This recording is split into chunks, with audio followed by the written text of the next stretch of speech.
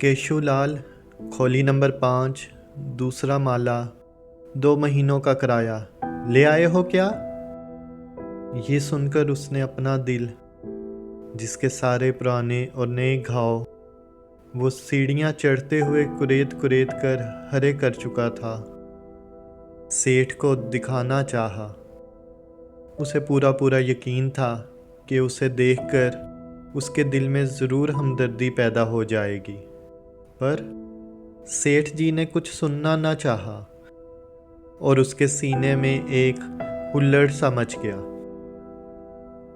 सेठ के दिल में हमदर्दी पैदा करने के लिए उसने अपने वो तमाम दुख जो बीत चुके थे, गए गुजरे दिनों की गहरी खाई से निकालकर अपने दिल में भर लिए थे, और उन तमाम ज़ख्मों की जलन जो मुद्दत हुई मिट चुके थे, उसने बड़ी मुश्किल से इकट्ठी करके अपनी छाती में जमा की थी।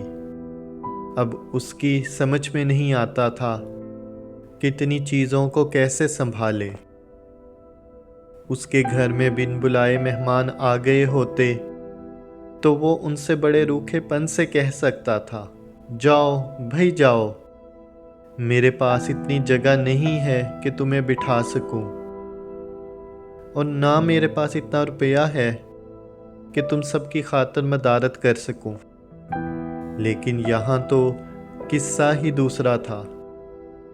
उसने तो अपने भूले भटके दुखों को इधर उधर से पकड़कर अपने सीने में जमा किया था।